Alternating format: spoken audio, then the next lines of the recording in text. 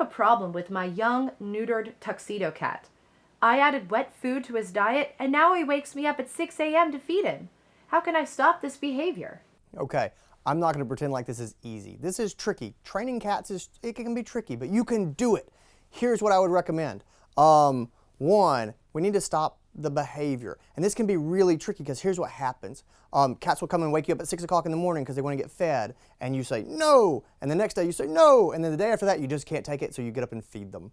That really enforces the behavior because it teaches them to be persistent, because it might take effort, but ultimately they will make you wake up. So that's really hard. But we got to break the habit. That means I got to not do it.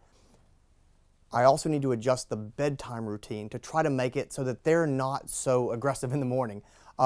Think about feeding dinner, moving it later into the evening, maybe splitting dinner into a couple of meals and feeding right before bed. So we're not increasing the calories. I don't want to increase the food amounts, but we may be able to get them fed right before bed. I would also work on exercising, getting them to play, getting them to hunt, getting them to wear themselves out so they're a bit more tired. Hopefully that will make them sleep a little bit later and be a little bit less hungry when they wake up. And that will allow us to resist this push that they put on to try to get you to get up and feed them. The other thing to know is when you start to resist, it's going to get worse before it gets better. They will see this and they will push harder to try to get you to take on that behavior.